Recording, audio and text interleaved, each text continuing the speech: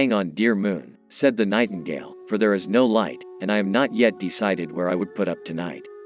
It was extremely cold, though the sky looked very clear.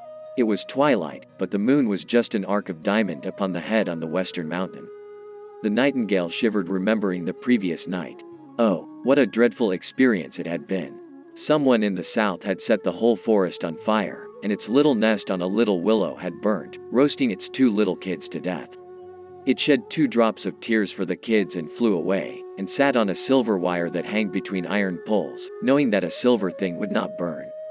It was nightmarish, hanging on a silver wire all through the night. "Allow me to stay here for tonight, for both of us are dying soon," said the nightingale to an old ebony tree that stood alone in a big, flat land, bare and shabby. "How do you say so?" asked the tree. "You know not a thing of the world, as fastened are your feet to the soil." "I fly and see what is happening in the world. A devil has burnt the forest in the south. He will soon be here," said the little bird to the old tree. "Oh, terrible," said the tree, and shed thick drops of tears. Then it said, "I have a hole, dear nightingale, but I have rented it to a squirrel. Make it your home for tonight. You need to leave early tomorrow, for the squirrel, that has gone to the Manasaro bar, will come back. So kind of you. In the morning, I shall sing you the best of the songs I know." By this time, the moon had almost slipped off the mountain. "Hold on," shouted the nightingale again, and said, "Give me light till I go to bed. Early at dawn tomorrow, I shall sing you the most beautiful of the songs I know." In fact, the moon waited till the nightingale had found a cozy hole on the tree. It looked into it carefully, till it was convinced that there was no snake to try and ambush. When it had safely housed itself, the moon gave a last, parting wink and disappeared. The veil of the night covered the tree from all around. Oh, what a cozy night it was. The nightingale soon fell asleep, and dreamt of the Schlesmantak forest, far away. Trees full of nuts bedecked the dream world, and the nightingale sang to the king's daughters sailing to Malaya on the cloud ships in the vast blue ocean, up there in the sky. No hunter would ever come in the dreamland, and no woodcutter would ever charge his devilish axe upon the tree that gave it a home. When the day broke, "Tu-wee," sang the nightingale, and the tree woke up too. The moon, just an arc, appeared too, and "Tu-wee," said the nightingale. It paid for their favor. When the sun was fairly up, the nightingale thanked the old tree and took leave of it. It flew over the great Bagmati River, in whose water, little naked boys dived and searched for coins devotees often threw. It also flew over burning dead bodies and trembled to remember the burnt bodies of its little kids. "Man and birds are same," it thought, and flew north. Up there in the north, the returning monsoon rode on the wings of wind, and soaked the nightingale all through. A terrible rain had set the sloppy land sliding, and everything from houses to trees, chestnut or pine, were flowing down with the swelling rivers. People ran in all directions, shouting at Lord Indra, who, as they thought, had poured the whole of the blue sea down upon them. "There is not a tree to hold the slide," said an old man. "Somebody dead has cleared the entire thicket. Hell be with him. It's terrible," thought the nightingale, and twisted its little tail, changing its direction. "The tree that hosted me last night is far better. Let me go back, perhaps it will allow me a stay for one more night. Dear old tree, I love you better than anyone. Do allow me to put up for one more night, for both of us are dying soon," it implored. "How do you say so?" asked the tree. "Up there in the north, the Lord is so angry that he is emptying the entire blue sea upon the earth. The land is sliding, carrying all trees, big and small, down the hill. The rivers are touching the sky, and the creation is ending. I will miss you, good old tree, when you die." "Oh, terrible," said the tree, and shed thick drops of tears. Then it said, "Stay for a day, little bird, and when the day breaks, sing me a song for the leaves that have fallen off my body. Oh, how much I miss them. So kind of you. In the morning, I shall sing you the best of the songs I know." So, the nightingale stayed for the second day. Early next morning, it sang a sad song for the fallen leaves, and said to the tree, "Soon, you will be with your lost leaves, dear old tree." "How?" said the tree, which was just waking up. "For, you will lay dead upon the same leaves down there. Rain will pound upon you, and the land underneath will slide." The tree dropped 2 big tears. The nightingale wished it a long life before the flood, and flew. It had heard that the west had trees with the sweetest figs on them.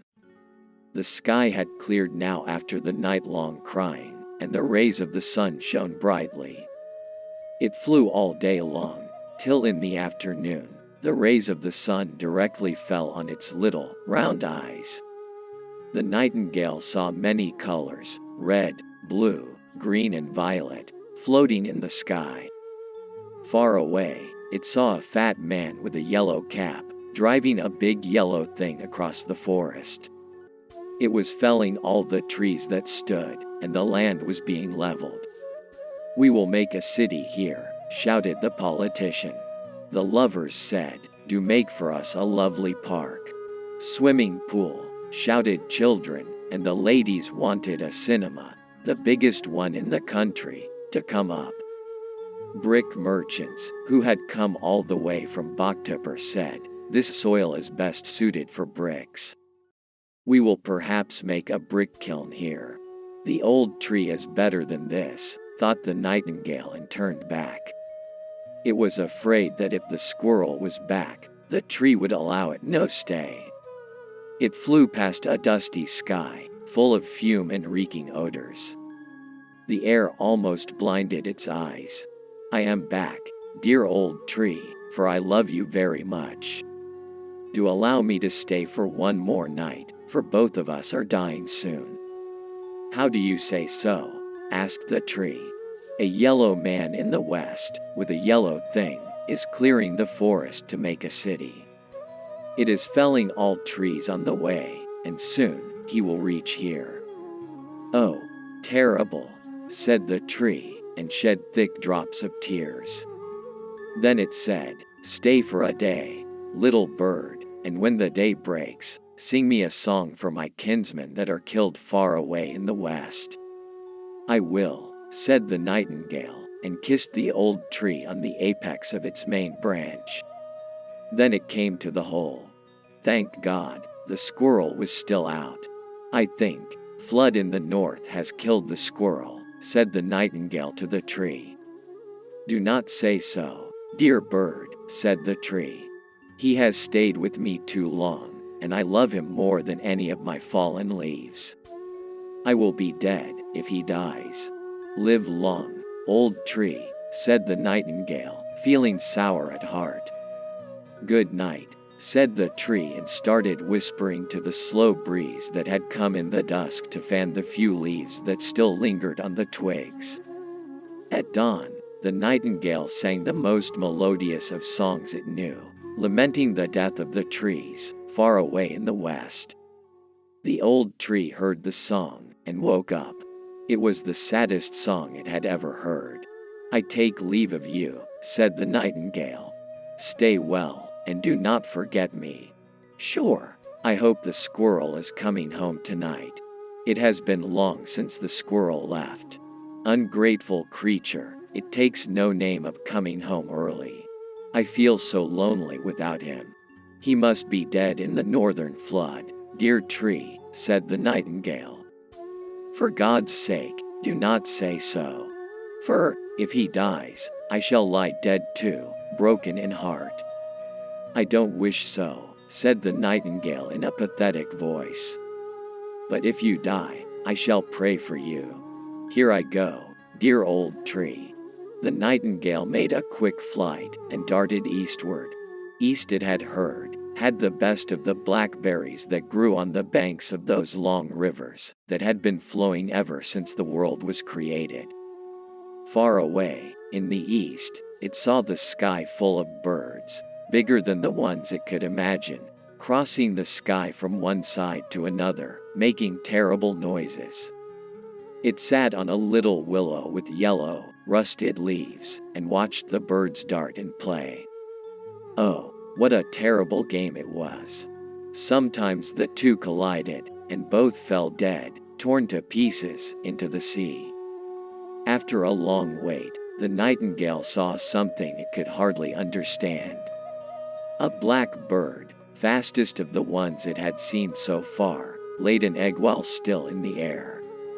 The egg fell down with a tremendous speed, and burst with the loudest of the noise it had ever heard.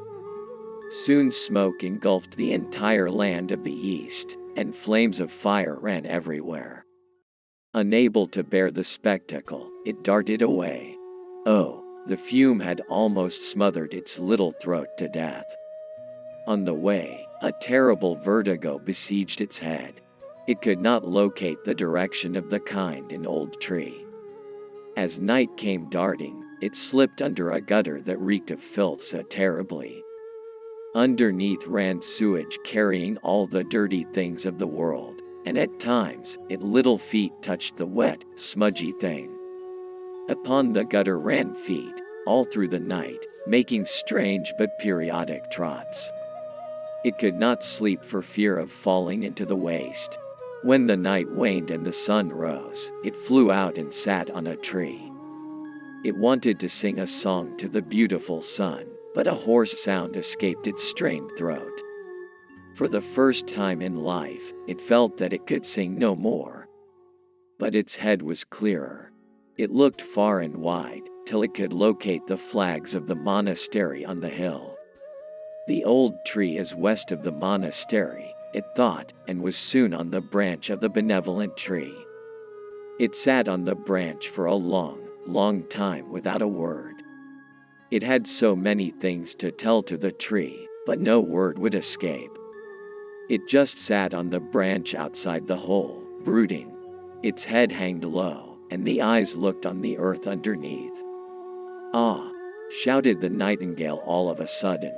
Its voice was no match to the songs it sang in the past. "Are you back? Good. I missed you last night. You will be dead now, dear tree, and with you I will be dead." "How do you say so? Your squirrel lies dead down there. Look down there, at the foot of the red berry shrub. There it lies, stiff and dead."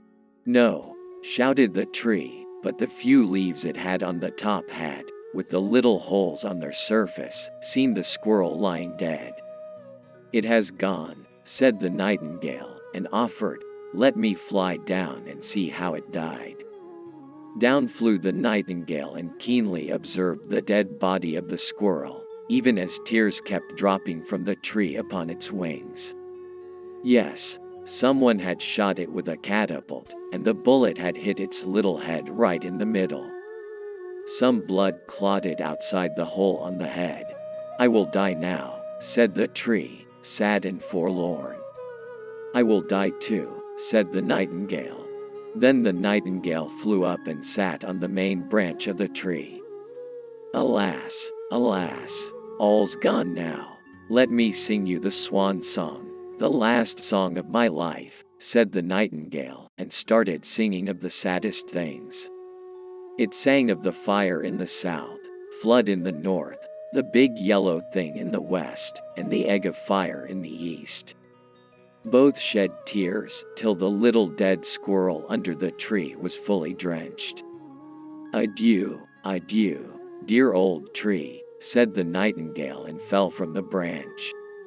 It dropped upon the dead body of the squirrel. "It's ebony. It gives the best wood to make seats for the theater," said a tall, fat man later in the afternoon, and the tree was sawed down.